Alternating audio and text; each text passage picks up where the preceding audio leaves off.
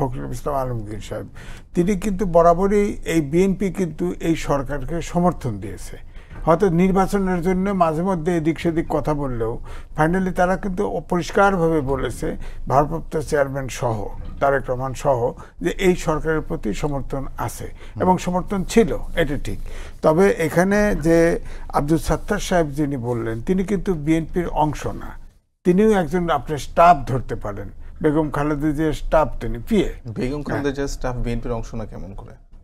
বেগম খালেদা জিয়ার স্টাফ তো বিএনপির অংশ হওয়ার কথা না, বিএনপির অংশ না, তিনি কর্মচারী ধরেন।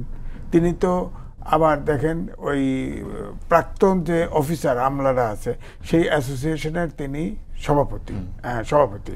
সুতরাং ধরেন ফখরুল ইসলাম আলমগীর এবং ওনার ভিতরে তো পার্থক্য আছে। আর বাংলাদেশে যেটা হয়, যে চাঁদা দেয় সেও স্বীকার করে না, যে চাঁদা নেয় সেও স্বীকার করে না, ঘুষ নিয়ে তো কেউ স্বীকার করবে না। এখন উনি কিন্তু তার বক্তব্যটা আমি শুনেছি, উনি বলেছে 8 জনের বিরুদ্ধে দুর্নীতির অভিযোগ আছে, কিন্তু আমার কাছে প্রমাণ আছে। তো সেটা ওনার সরকারের পক্ষ থেকে যদি উষ্মা প্রকাশ করে বা সরকার যদি এফেক্টেড হয়, তার কাছে জিজ্ঞেস করুক প্রমাণটা কি। সরকার তো প্রতিবাদ জানিয়েছে, জনপ্রশাসন মন্ত্রণালয়ের এটা প্রতিবাদ জানানো।